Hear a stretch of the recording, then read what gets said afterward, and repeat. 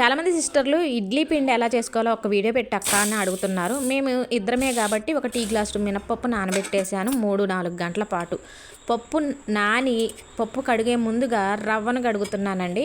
గ్లాసుడు మినపప్పుకి 2 గ్లాసుల బావు రవ్వ పోస్తున్నాను. సాధారణంగా ఎవరైనా కొంతమంది గ్లాసుడు మినపప్పుకి 2 గ్లాసులు రవ్వే పోస్తారు. నేనైతే ఒక పావు పెచ్చి పోస్తున్నాను. ఇక రవ్వని కడిగి పక్కన పెట్టేసుకున్నాను.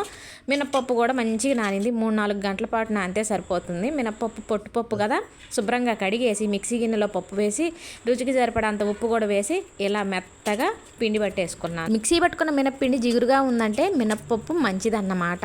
అలా ఉంటేనే మంచిది. ఇక శుభ్రంగా కడిగేసుకున్న రవ్వని మిక్సీ పట్టుకున్న మినప్పిండిలో వేసేసి 5 నిమిషాలైనా ఇలా కలుపుకొని మూత పెట్టేసామనుకోండి, తెల్లారి పొద్దునకి పిండి మంచిగా పొంగిద్ది. చూడండి, మంచిగా పొంగితే ఇడ్లీలు మెత్తగా వస్తాయి. ఇక ఇడ్లీ పాత్ర ప్లేట్లకి నూనె రాసేసి పిండి పెట్టేసి స్టవ్ వెలిగించి ఇడ్లీ పాత్ర స్టవ్ మీద పెట్టేస్తే 10 నిమిషాల్లో దూది లాంటి మెత్తని ఇడ్లీ రెడీ.